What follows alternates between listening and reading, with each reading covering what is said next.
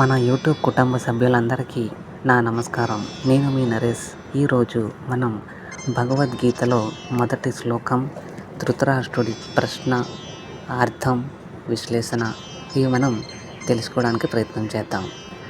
సంసారం అనే మహాసముద్రంలో తెలుగు జీవుడు ఎదుర్కొనే సమస్యలకు భగవద్గీత ఒక దివ్యమైన దారి చూపుతుందని నేను నమ్ముతున్నాను. ఈరోజు మనం గీతా శాస్త్రంలో మొదటి అధ్యాయం మొదటి శ్లోకాన్ని తెలుసుకోబోతున్నాం.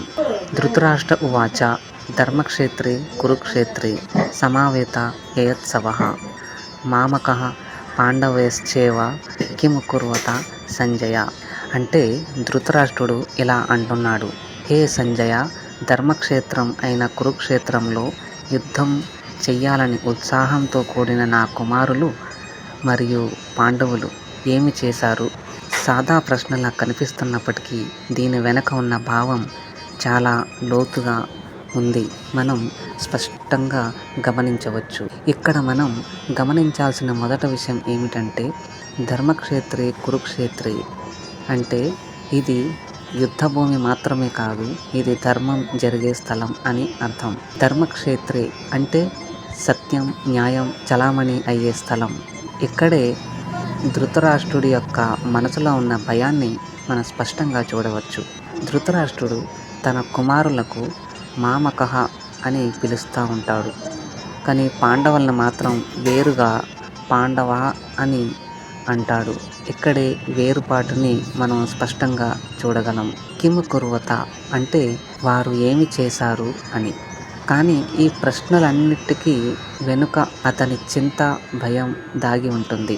ఇక్కడ కురుక్షేత్రం ఒక యుద్ధ భూమి మాత్రమే కాదు, ఇది మనం ప్రతిరోజు మన జీవితంలో ఎదుర్కొనే మానసిక సంఘర్షణలకు ప్రతీకగా భావించవచ్చు. ధృతరాష్ట్రుడు అంధుడు మాత్రమే కాదు, కేవలం శరీరంగానే కాదు, అతని మనస్సు కూడా అందంగానే ఉంటుంది. అతడు ధర్మం కన్నా తన కుమారులకు పట్ల ఉన్న ప్రేమను, మమకారాన్ని ఎక్కువగా చూపిస్తూ ఉంటాడు. అతని ప్రశ్నలోనే దానికంటే ముందే యుద్ధం ఓ పక్షం ఎలా కలుస్తుంది అనే దానిపై మనం గ్రహించవచ్చు. ఈ శ్లోకం మన రోజువారీ జీవితంకి ఎలా వర్తిస్తుందో ఇప్పుడు మనం తెలుసుకుందాం. మనం కూడా చాలాసార్లు ధృతరాష్ట్రుడిలా ఆలోచిస్తూ ఉంటాం. ధర్మం ఉందని తెలిసినప్పటికీ మన కుటుంబ సభ్యుల ద్వారా మనం స్వార్థం మనల్ని వేరే దారికి తీసుకెళ్తూ ఉంటుంది.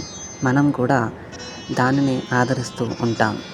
ఈ శ్లోకం మనం ఎవరి పక్షాన ఉన్నాం అన్నది మనమే తెలుసుకోవాల్సినదిగా నేను కోరుకుంటున్నాను. ధర్మం పక్షాన లేక మమకారాల పక్షాన అనేది మనం తెలుసుకోవాల్సిందే.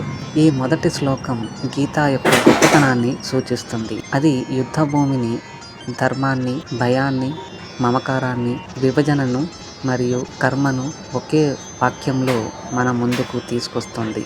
ధృతరాష్ట్రుని ప్రశ్న పాండవుల విజయాన్ని శాసిస్తుంది.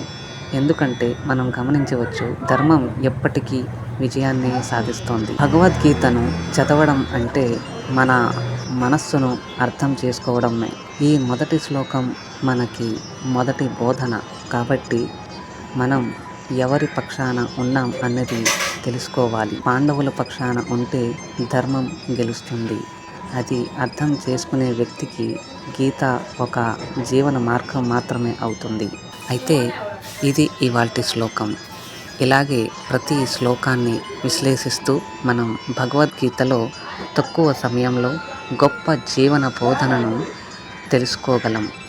ఈ వీడియో మీకు నచ్చితే లైక్ చేయండి, షేర్ చేయండి.